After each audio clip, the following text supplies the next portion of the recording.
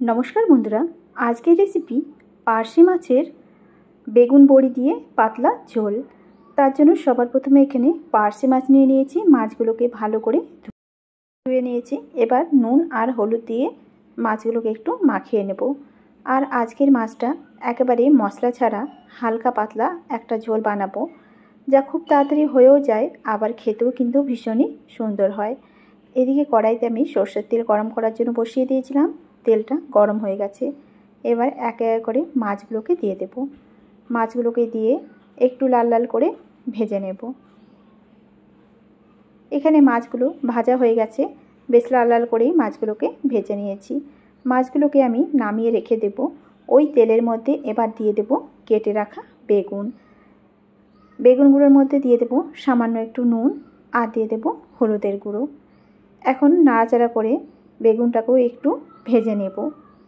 বেগুন বড়ি দিয়ে এই মাছের ঝোল গরম গরম ভাতের সাথে খেতে ভীষণই সুন্দর লাগে।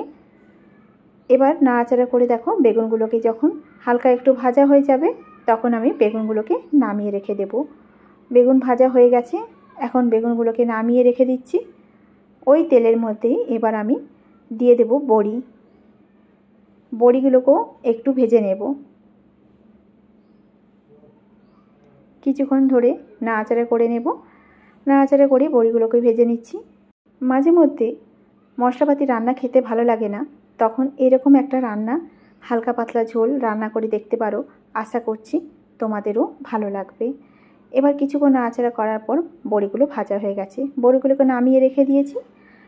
এদিকে কড়াইয়ের মধ্যে সর্ষের তেল গরম করে দিয়ে দেব কালো জিরে। কালো জিরে ফোড়নটা দিলে এই মাছটা খেতে ভীষণই সুন্দর হয়। এরপর দিয়ে দিচ্ছি এখানে টমেটো। এখানে বড় সাইজের একটা টমেটো আমি ছোট করে কেটে নিয়েছি। এবার টমেটোর মধ্যে দিয়ে দেব পরিমাণ মতো নুন আর দেব লঙ্কা। এখানে আমি কতগুলো কাঁচা লঙ্কা কেটে নিয়েছি। এই কাঁচা লঙ্কা দিলে বেশি সুন্দর একটা গন্ধ বেরোয়। এবার আমি টমেটো কাঁচা লঙ্কা তেলের মধ্যে দিয়ে একটু নাড়াচাড়া করে ভেজে নেব। এবার কিছুক্ষণ নাড়াচাড়া করে হালকা যখন একটু ভাজা হয়ে যাবে এর মধ্যে তখন দিয়ে দেব হলুদের গুঁড়ো আর দেব খুবই সামান্য পরিমাণ লঙ্কার গুঁড়ো। যেহেতু আমি কাঁচা লঙ্কাটা দিয়েছি তাই হালকা একটু লঙ্কার গুঁড়ো দিলাম। এবার সামান্য একটু জল দিয়ে আমি টমেটোটা ভালো করে একটু নাড়াচাড়া করে কষিয়ে নেব। আর এখানে কোনো মশলা আমি দেব না। এই টমেটো দিয়ে আর হলুদ গুঁড়ো লঙ্কা গুঁড়ো দিয়ে আজকে রান্নাটা হয়ে যাবে। ভীষণই টেস্টি হয় খেতে এই ঝোলটা। একটু এরকমভাবে নাড়াচাড়া করে কিছুক্ষণ ধরে আমি কষিয়ে নিচ্ছি। টমেটোটা দেখো ভালো মতো গলে গেছে আর এখান থেকে তেলও ছেড়ে এসছে। মশলা থেকে যখন তেল ছেড়ে আসবে তখন এর মধ্যে দিয়ে দেব পরিমাণ মতো জল। জলটা খুব বেশি দেব না, যেরকম ঝোল তোমরা খেতে চাও সেই হিসাবে ঝোলটা দেবে। এখানে আমি জলটা দিয়ে আবারও একটু নাড়াচাড়া করে ভালো করে মিশিয়ে নেব। এবার গ্যাসের জালটাকে বাড়িয়ে ঝোলটাকে একটু ফুটতে দেব। ঝোলটা এখানে দেখো ফুটে উঠেছে। ঝোল যখন ফুটে উঠবে তখন এর মধ্যে দিয়ে দেব আগে থেকে যে বেগুন আর বড়িটা ভেজে রেখেছিলাম সে ভেজে রাখা বড়ি আর বেগুনটা। বেগুনটা প্রথমে দিলে গলে যাবে, তাই আমি সবার শেষে বেগুনটাকে দিলাম। এবার আবার একটু নাড়াচাড়া করে এর মধ্যে দিয়ে দিচ্ছি ভেজে রাখা মাছগুলোকে। মাছ দিয়ে আবার একটুখানি সময় আমি ফুটিয়ে নেব। একটু নাড়াচাড়া করে নিচ্ছি।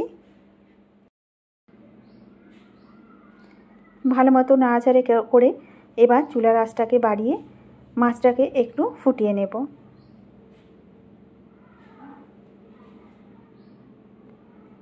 কিছুক্ষণ পর মাছের ঝোলটা যখন ফুটে উঠবে তখন আবারও একটুখানি নাড়াচাড়া করে এর মধ্যে দিয়ে দেব কুচনো ধনেপাতা।